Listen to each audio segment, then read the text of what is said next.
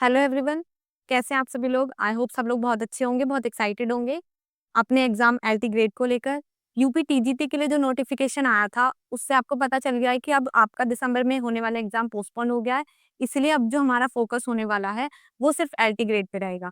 तो हमारे LT grade के सिलेबस को देखते हुए मैं आज आपके लिए शेक्सपियर के सोनेट को लेकर आई हूँ, जो कि हमारे पोइट्री सेक्शन के सिलेबस में है।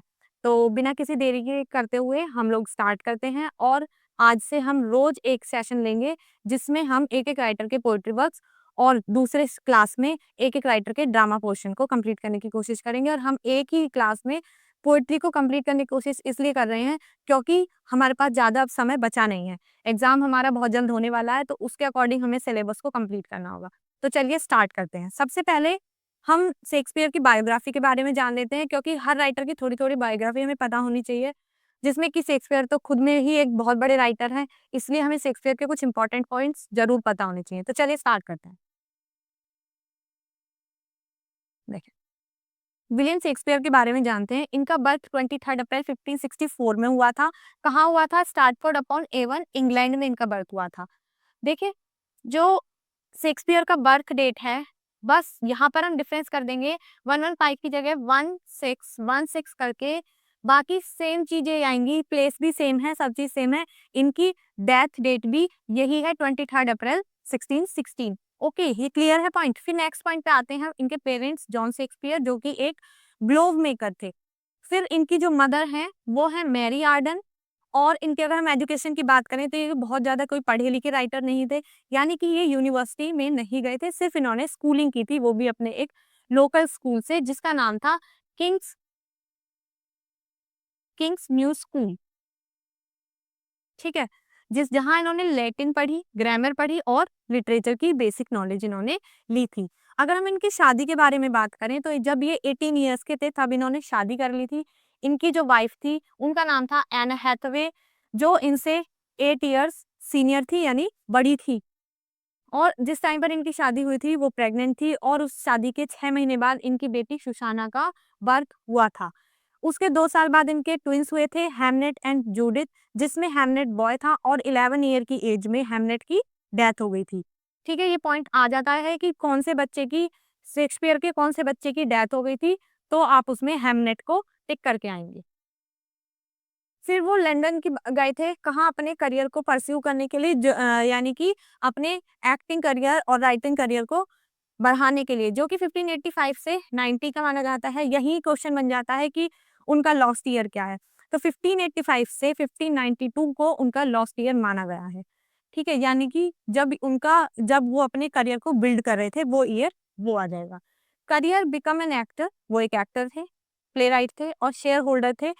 किसमें? उस थिएटर में जहाँ वो काम करते थे, उस कंपनी में, जिस कंपनी के साथ वो काम कर रहे थे, उस कंपनी का नाम था द लॉर्ड चेम्बरलेन्स मैन, जिसको बाद में जैकोबियन एरा यानी किंग जेम्स फर्स्ट आ गए थे एलिजाबेथ की डेथ के बाद, तो उस कंपनी का नाम किंग्समैन रख दिया गया था, लॉर्ड चेम्बरलेन मैन से हटाकर।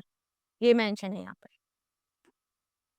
वो कहा, उनका जो वर्क प्लेस था वो क्या था? थिएटर का क्या नाम था? द ग्लोब थिएटर, जो कि लंदन में ही था।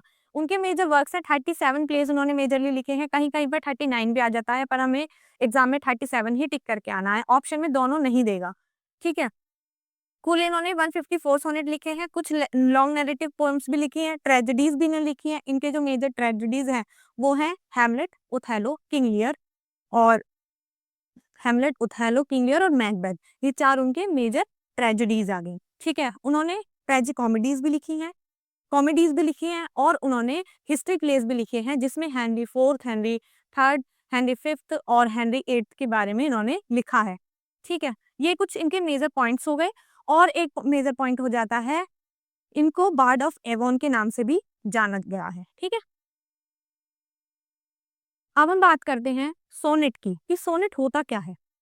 सोनेट एक 14 लाइन की पोएम होती है। स्ट्रक्चर इसका फिक्स्ड है कि 14 लाइन की ही होगी, बस स्टैंजास में चेंज आ जाते हैं, कि अगर वो पेट्रार्कन सोनेट है तो उसमें ऑक्टेव और सेस्टेट होता है, और अगर ये इंग्लिश सोनेट या शेक्सपियरियन सोनेट है तो इसमें 3 क्वार्टेन हो जाते हैं और एक कपलेट हो जाता है। जो इनकी सोनेट की स्टार्टिंग की थी वो गियोकोमो डा लेंटिनी ने स्टार्ट की थी इटली में, फिर इसको पेट्रार्क ने पॉपुलराइज किया, और इसको पेट्रार्कल सोनेट के नाम से जाना गया, जिसके अंदर एक ऑक्टेव होता है यानी 8 लाइन की स्टैंजा और एक सेस्टेट होता है यानी कि 6 लाइन का स्टैंजा।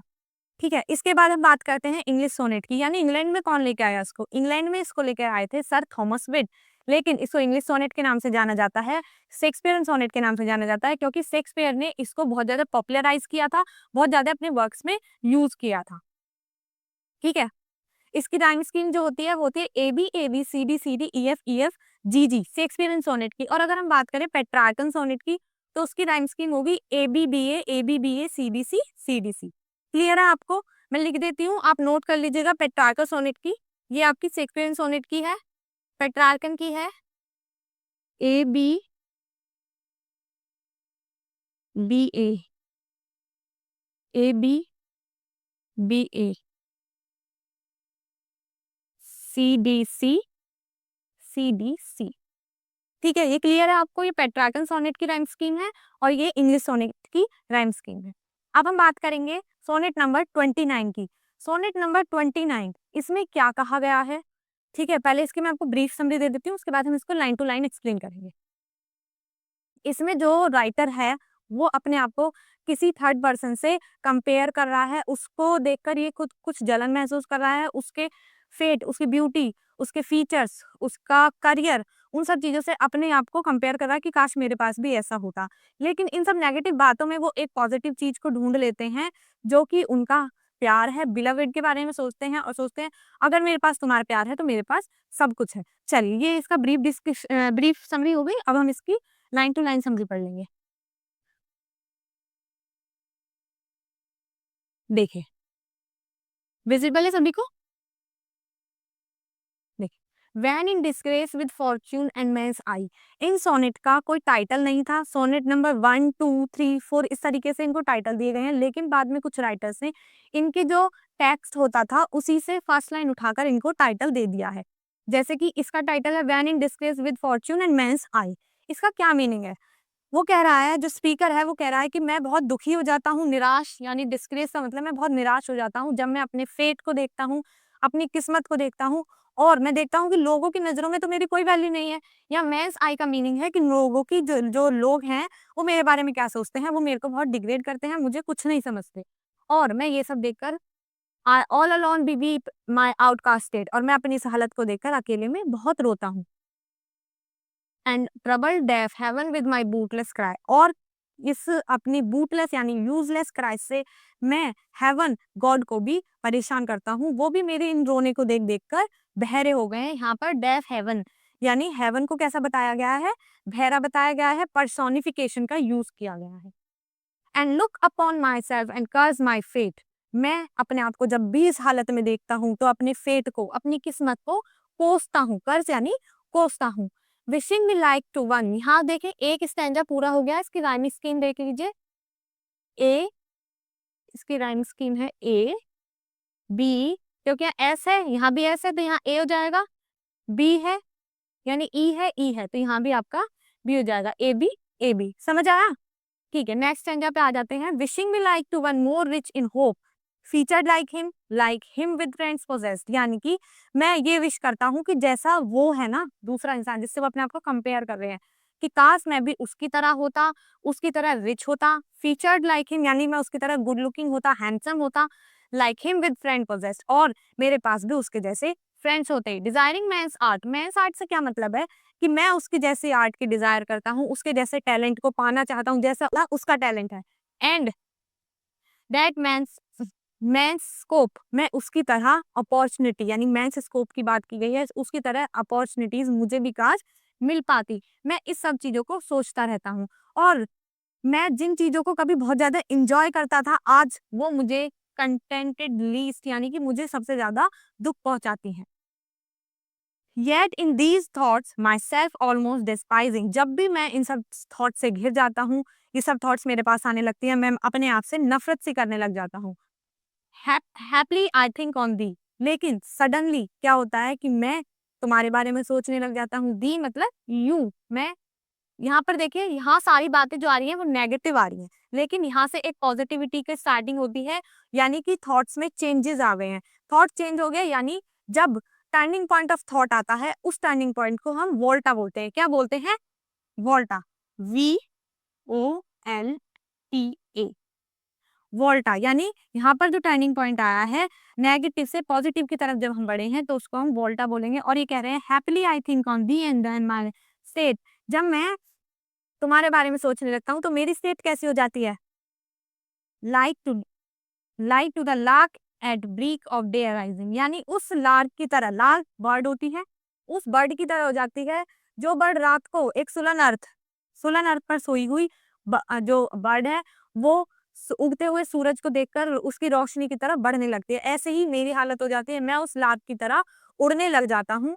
और हिम्स एट हेवन गेट, और मैं हेवन के गेट पर भजनों को गाने लग जाता हूँ। For thy sweet love remembered, और मैं तुम्हारे प्यार के बारे में जब सोचता हूँ कि तुम मुझसे कितना प्यार करती हो, हम दोनों के बीच में कितना प्यार है, तो मैं अपने आप को वेल्दीएस्ट पर्सन मानने लगता हूँ, अपने आप को रिचेस्ट पर्सन मानने लगता हूँ कि मेरे पास तो सबसे ज्यादा वेल्थ है। Such wealth brings and then that I scorn to change my state with kings, और अगर कोई मुझसे उस टाइम ये बोले ना कि तुम किंग से अपनी स्टेट को चेंज कर लो, तो मैं उसको भी मना कर दूंगा, यानी डिक्लाइन कर दूंगा कि नहीं भाई, मैं जहां हूं मैं बेस्ट हूँ।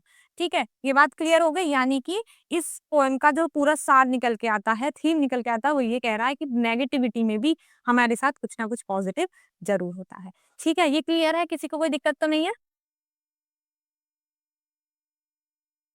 इसके बाद नेक्स्ट पोएम आ जाती है।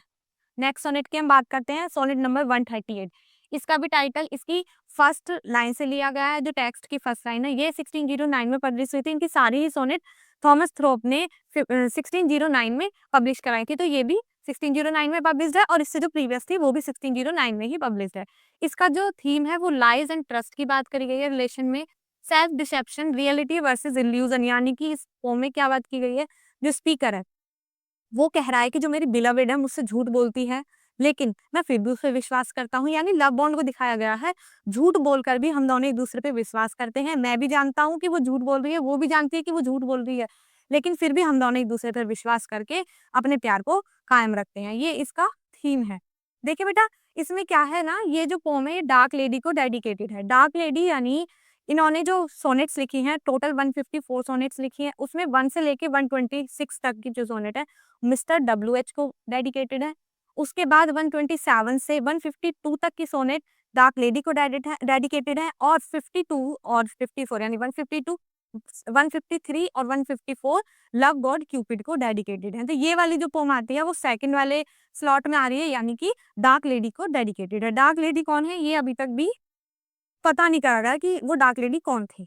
ठीक है, अगर हम बात करें सोनेट नंबर 138 के इसकी टेक्स्ट की, तो इसको अब हम देखते हैं, इसको एक्सप्लेन करते हैं। When my love swears that she is made of truth, यानी मेरी जो बिलवेड है वो कह रही है कि मैं जो बोल रही हूँ सच बोल रही हूँ, मैं सच्चाई की मूरत हूँ, सच की बनी हुई हूँ, मैं जो भी कह रही हूँ बिल्कुल सच कह रही हूँ। आई डू बिलीव हर, मैं उस पर विश्वास कर लेता हूँ। ठीक है, वो कह रहा है कि वो झूठ बोल रही है, कसम में खा रही है कि वो मुझसे जो भी कह रही है वो बिल्कुल सच है, और मैं उससे विश्वास कर लेता हूँ। दो आई नो शी लाइज, मुझे पता है कि वो झूठ बोलती है, फिर भी मैं उस पर विश्वास कर रहा हूँ। क्या झूठ बोल रही है? इसमें ऐसा कुछ नहीं बताया गया है पोम में कि वो उसे धोखा दे रही है या उसे चीट कर रही है। बस उसकी एज को लेकर बोला गया है कि जो राइटर है, स्पीकर है, उसकी एज ढल चुकी है, लेकिन जो उसकी बिलवेड है वो उसका मन रखने के लिए बोल रही है कि आप अभी भी जवान हो, हैंडसम हो। That she might think me some untutored youth, यानी वो जो स्पीकर है वो कह रहा है कि वो सोचती होगी कि मैं कितना नेव भोला भाला यूथ हूँ, लड़का हूँ, नौजवान हूँ, जिसे यही नहीं पता कि इस दुनियादारी में क्या छल कपट, क्या फॉल्स सब्टिलिटीज चल रही हैं, मुझे कोई भी बेवकूफ बना देगा। फर्स्ट स्टैंजा हो गया। ठीक है, इसमें देखो A B यानी HHSS, A और यहाँ पर B, यहाँ फिर A, यहाँ फिर B। ठीक है, देखिए यहाँ पर C, साउंड सुनिए, यंग टंग, CC, बेस्ट सप्रेस्ड यानी DD, सप्रेस्ड बेस्ट, राइमिंग हो रही है ना, ये चीजें यहाँ पर। फिर आ जाता है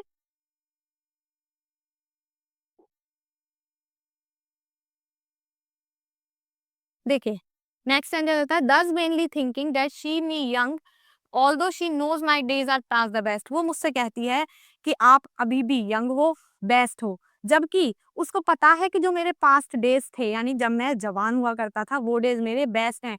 फिर भी वो मुझसे कहती है कि आप तो यंग हो। Simply I credit her for speaking tongue on both side the simple truth suppressed, और मैं उसकी फॉल्स टंग को क्रेडिट दे देता हूँ, कहता हूँ हाँ, तुम जो भी कह रही हो बिल्कुल सच कह रही हो, और इस तरीके से हम दोनों मिलकर एक ट्रुथ को सप्रेस्ड कर देते हैं, एक ट्रुथ को दबा देते हैं। But wherefore say she not she unjust, and wherefore say not I that I am old, कि क्यों, जबकि सब दोनों को पता है कि वो भी झूठ बोल रही है, मैं भी झूठ बोल रहा हूँ, तो वो इतनी अनजस्ट क्यों है? वो क्यों नहीं बता देती कि मैं ओल्ड हो गया हूँ, और मेरे को पता है कि मैं ओल्ड हूँ, तो फिर मैं इस चीज को एक्सेप्ट क्यों नहीं कर लेता हूँ कि मैं ओल्ड हूँ? ठीक है। Oh! Love the best habit is in seeming trust, यानी फिर वोल्टा आ गया और थॉट्स चेंज हो गए। अब तक ब्लेम गेम चल रहा था, लेकिन ये ब्लेम गेम क्यों चल रहा था? ये बताया जा रहा है कि ये तो लव की बात हो रही है। लव तो होता ही ट्रस्ट दिखाने के लिए है। Age in love, loves not have years told. Love में एज का तो काम ही नहीं है, ठीक है? ये बता रहा है कि एज से कोई मैटर नहीं है, कोई फ़र्क नहीं पड़ता, लव में एज का कोई लेना-देना नहीं है। Therefore I lie with her and she with me, इसीलिए वो भी मुझसे झूठ बोलती है और मैं भी उससे झूठ बोलता हूँ, और इस तरीके से हम अपने प्यार को फ्लैटर कर रहे हैं, बॉन्ड को बढ़ा रहे हैं, अपने-अपने जो ये झूठ हैं इनको कायम रख के अपने बॉन्ड को स्ट्रॉन्ग कर रहे हैं, बढ़ा रहे हैं। आई होप क्लियर होगा, बहुत सिंपल सोनेट्स हैं, कोई दिक्कत नहीं होनी चाहिए। अगर फिर भी आप लोगों को कोई दिक्कत है, तो आप मुझे कमेंट सेक्शन में बताइए। हम लोग आपको एलटी ग्रेड की तैयारी इंग्लिश की भी कराएँगे और साथ-साथ बायोलॉजी की भी कराएँगे। आप लोगों को कब से बायोलॉजी की क्लासेस चाहिए, आप लोग मुझे कमेंट सेक्शन में बताइए। बाकी हम अपने तरीके से अपनी तरफ से पूरी कोशिश करें कि जल्द से जल्द आपको बायो की क्लास भी प्रोवाइड करा सकें। तो आप लोगों को इसके बाद मैं मिल्टन पढ़ाने वाली हूँ। मिल्टन के ऑन हिज़ ब्लाइंडनेस और पैराडाइज़ लॉस्ट शायद इनके सिलेबस में हम उसको कवर करेंगे कल वाली क्लास में। अगर आज की क्लास में आपको कोई दिक्कत है, तो आप मुझे कमेंट सेक्शन में बताइए, और अगर आपको इन नोट्स की पीडीएफ चाहिए, तो आप हमारे टेलीग्राम चैनल, जो कि डिस्क्रिप्शन बॉक्स में इसका लिंक मिल जाएगा, उसको फॉलो कर लीजिए, सब्सक्राइब कर लीजिए, हमारे चैनल को सब्सक्राइब कीजिए, वीडियो को लाइक कीजिए और अपने अन्य साथियों के साथ शेयर कीजिए। Thank you.